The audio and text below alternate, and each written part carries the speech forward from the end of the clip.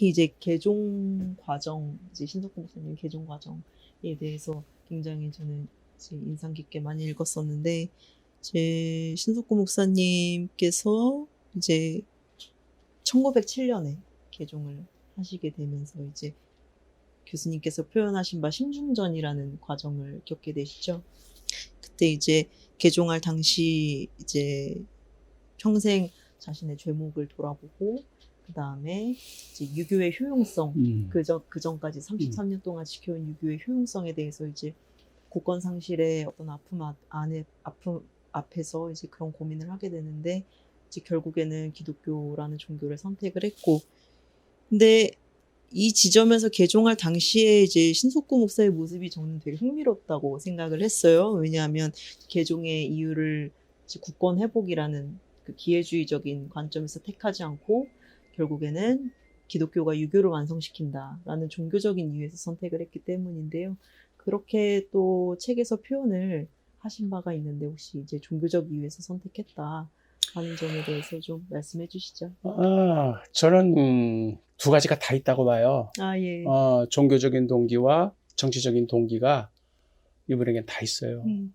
그러니까는 둘이 서로 이렇게 배치되는 게 아니에요. 종교적이고 또 정치적인 동기가 잘 마무리된 거예요.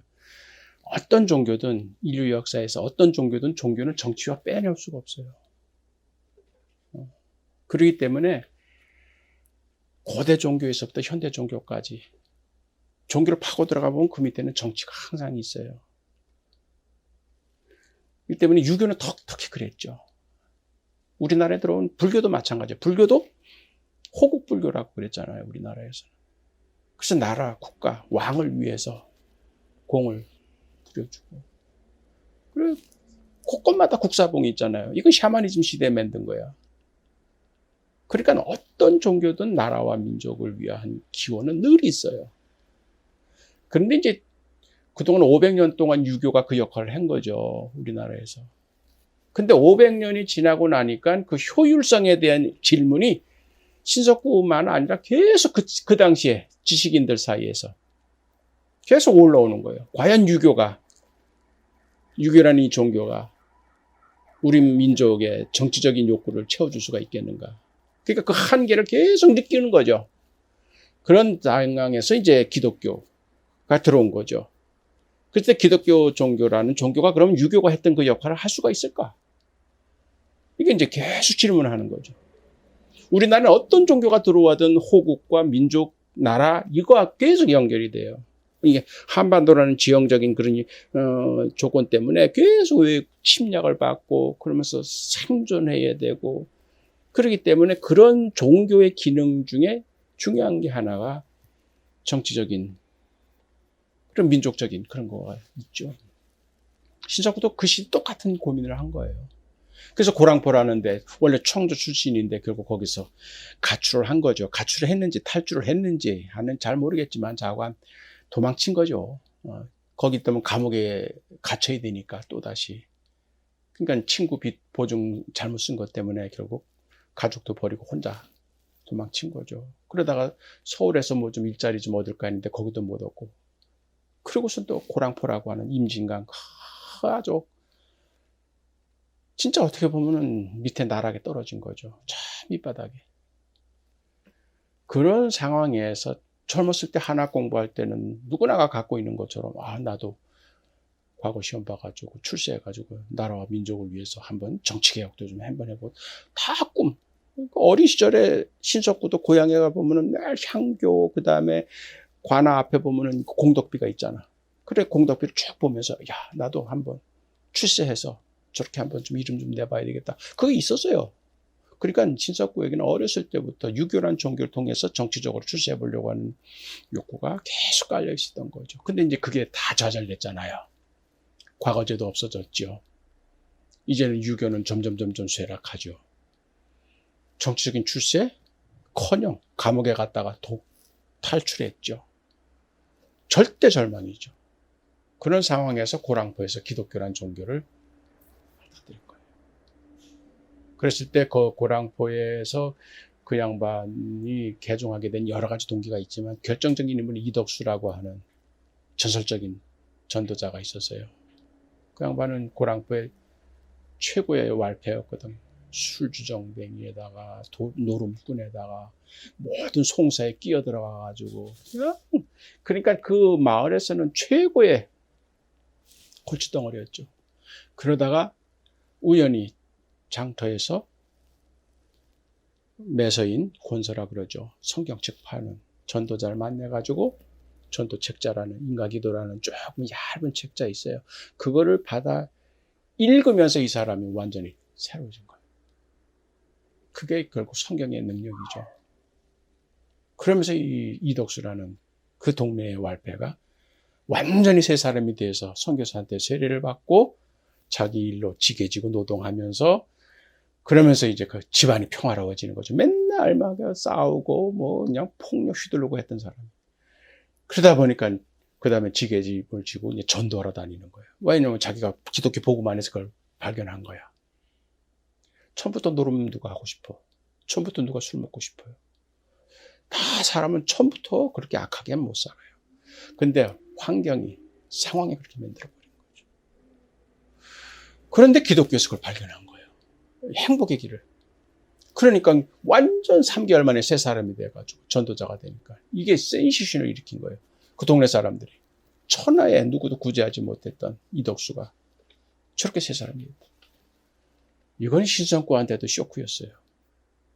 신석구로서는 자기가 유교를 공부하면서 사서삼경 다 읽어도 핵심이 뭐냐 했을 때 수신제가 치국 평천하였거든. 결국 모든 유학자들이 이 수신제가 치국 평천하 이걸 한번 구현해 보려고.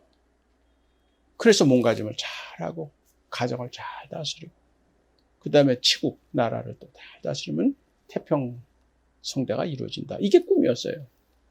그게 유교의 기본 가치. 그렇게 500년 동안 조선이 유교를 가지고 했는데 과연 수신제가 치국 평천하가 됐는가? 안 됐어. 나 자신도 33년 동안 내가 유교를 신봉했는데 수신됐는가? 결혼하고서도 외도 생활했거든. 결혼 전에는 유부녀랑 동거생활하고. 얼마나 수신이 안 되는 거야. 윤리 도덕이 안 돼. 거짓말하고 사기치고. 그러니 어느 세월에 수신이 되고 그 다음에 어느 제가가 되고 치국. 지금 500년 동안 나라를 이렇게 했는데 나라가 무슨 꼴이야. 지금 다 넘어가게 돼 있잖아. 유교 우리나라만이 아니야. 유교의 종주국인 중국 봐라. 공자님이 태어난 맹자님이 태어난 중국도 지금 종이 호랑이가 돼버렸어요. 결국 수신제가 치국평천하는 안 됐다는 거예요. 유교. 그런데 기독교란 종교는 뭐 어떤 종교냐. 이덕수를 봤어. 예수 믿은 자면 3개월 만에 완전히 새 사람 된 거예요. 수신이 돼버렸어. 가정에 평화가 왔어요. 지금 우리나라에서 복음을 전하는 선교사를 보니까 다 강대국이야. 영국, 미국, 프랑스, 독일, 네덜란드, 호주, 카나다 다 통치를 잘해. 그리고 그 사람들 지금 세계를 평정하고 있어. 그렇다고 하면 수신제가 치국 평천하고 공자님 그렇게 얘기했던 게 유교는 안 되는데 기독교는 됐다는 얘기 아니냐. 이거죠. 그러니까 신석구로서는 유교의 한계를 느끼던 차에 기독교를 통해서 공자님의 가르침을 구현할 수가 있다. 그러니까는 신석구 목사님은 유교에서 기독교를 개종하면서 유교를 가치를 버리지는 않았어요. 그렇죠. 그걸 계속 끌어안고 그걸 완성시키는. 그래서 나중에 이분이 신학교에 들어와서 쓴 논문을 보면은 우리 조선의 유교는 몽학선생이었다 이렇게 표현해. 몽학선생. 그러니까는 바울 선생님이 그런 말을 썼잖아요. 복음이 오기 전에 율법은 우리에게 몽학선생이었습니다. 몽학이란 말은 유교의 제일 기초적인 어린아이들을 가리키는 학문이에요. 사서삼경, 그 다음에 명심보감, 아주 이런 기초적인. 그러니까 어린아이를 깨친다는 말이야. 깨울 몽자거든. 그런 다음에 이제 그걸 깨우치면 그 다음에 고급 학문으로 들어가는 거예요. 논어맹자로 들어가는 거예요. 고급 기초 학문을 가리키는 선생을 몽학선생이라 그래. 그 선생이 천자문을 가르쳐주고 유학의 세계에 눈을 떠줘야 그 다음에 이 학생이 더 높은 차원의 한학을 공부해요. 그러니까 바울 선생님은 율법을 그렇게 해석한 거예요. 자기가 평생 율법을 가지고 공부했잖아요. 연구하고. 그러다가 예수님 복음을 영접했잖아. 이 관계를 어떻게 해석한 거야? 자기는 율법 안 버렸다 그래요. 바울은. 절대로 난 율법 안 버렸다. 율법의 완성이 복음이다. 예수님도 그런 말씀하셨잖아요. 내가 예언자나 율법을 폐하러 온 거 아니다. 그걸 완전하게 올라가겠다. 그런 식으로 신석구 목사님도 자기가 평생 30년 동안 배웠던 유학을 그걸 폐기 처분한 게 아니라 그 가치를 그대로 기독교에서 구현한 거죠. 그래서 유학은 나에게는 목학선생이었다. 이렇게 표현한 거죠. 예.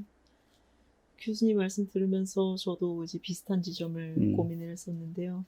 이제 과연 이제 신석구 목사님이 기독교로 개종하면서 유교적 가치들을 버리고, 그러니까 새 사람이 되었다는 뜻이 그런 유교를 폐하고 이제 기독교적인 사람이 되었다는 게 유교적인 전통과 모든 이제 이점들을 버리고 가는 것이냐 하면 저는 아니라고 생각을 했었거든요. 이제 구체적으로 신석구 목사님의 모습에서 드러나는 지점이 이제 의의를 굉장히 중요하게 생각하셨잖아요. 불의를 못 참고 또 양심이 비추어서 자기를 성찰을 하고. 근데 이제 기독교로 개종된 후에도 계속 양심, 신앙적인 가치 앞에서 자신의 모습을 자아 성찰하고 그런 모습 속에서 또 민족 사랑이라는 정신도 생기고. 그런 모습을 보면서 저는 이 유교와 기독교 간의 연속성이 신석구 목사님 안에서 보이는구나 그렇게 싶어서, 또 어떻게 보면 또 한국의 토착교회의 어떤 단초라고 할까요? 이제 유교적인 전통 위에서 이제 기독교가 심어지는 그런 모습들의 어떤 모습이 신석구 목사님 안에서 보이는 것 같다 그렇게 생각했습니다. 신 목사님뿐만 아니라 그 시절에 최병헌, 기선주, 양전백 이런 1880년대, 90년대 개종하는 우리 어르신들은 다 그런 의식을 갖고 있었어요. 그러니까 다만 개종을 한다는 게 우리가 착각을 하는 게 무조건 버린다는 개념이 그렇죠. 아니에요. 버릴 거는 버리고 이게 꼭 있어야 돼요. 버릴 거는 버리자. 이게 뭐냐? 그동안 효 사상 자체가 나쁜 건 아니에요. 근데 효를 한다고 하면서 허례허식하는 거예요. 쓸데없이 제사장을 차려놓고 산 조상한테는 제대로 못하면서 죽은 조상한테 그냥 꼬박꼬박 그렇게 하는 거예요. 이거는 공자님이 생각해도 그건 근본 효가 아니다. 결국 죽은 다음에 그냥 무슨 차려놓고 만들고 묘 한두고 이거는 살아있는 저들이 잘해보려고 괜히 죽은 조상과는 아무 상관없이. 그렇기 때문에 그런 부분에서 공자나 맹자의 근본적인 가르침은 우리가 계승하되 그거를 실천하려고 만들었던 유교인들의 학자들의 그런 문화와 관습들을 오늘 우리에게 맞지 않으면 과감하게 버려요. 상투도 마찬가지야. 그렇게 해서 그 효라고 해가지고 그거를 자르면은 마치 이게 부모가 준 거를 해가지고 두 가다는 목은 자를 수 있어도 이 상투는 못 자른다. 그러면서 그냥 막 투쟁을 했거든. 수구파에서는.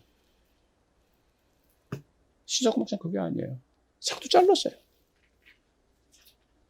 그러니까 유교의 근본적인 가르침은 그 가르침은 하나님의 말씀하고도 양심하고도 통하기 때문에 그건 계속 지켜나오되 구슬을 한다든지 제사를 지낸다든지 이런 문화 형태로 이 사람들을 오히려 더 옥조이는 그 예수님도 마찬가지죠. 안식일의 근본적인 정신을 훼손하면서 미리사 훑어먹은 거, 사람 치료하는 거 이런 거 가지고 시비를 걸었잖아 바리새파서들. 그러니까 안식일의 제정의 근본적인 정신이 소중한 거지 그걸 지키는 형식이 소중한 건 아니다.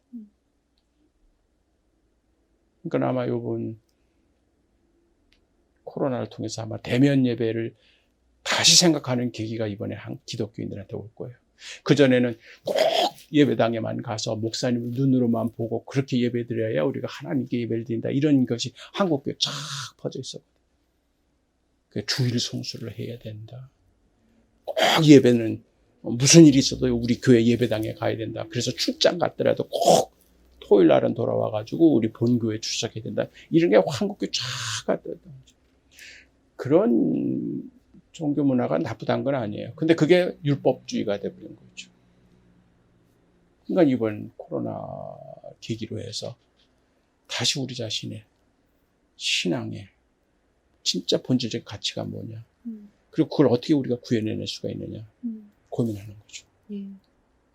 그 마치 이제 신석구 목사님이 시대적 사회적 상황 속에서 자신의 신앙의 본질을 찾았던 것처럼 저희도 이제 살아가는 지금 현대 사회에서 당면한 문제들을 가지고 신앙의 본질을 다시 물어야겠다고 이렇게 말씀해 주신 걸로 이제 이해가 되고 저도 동의를 많이 합니다.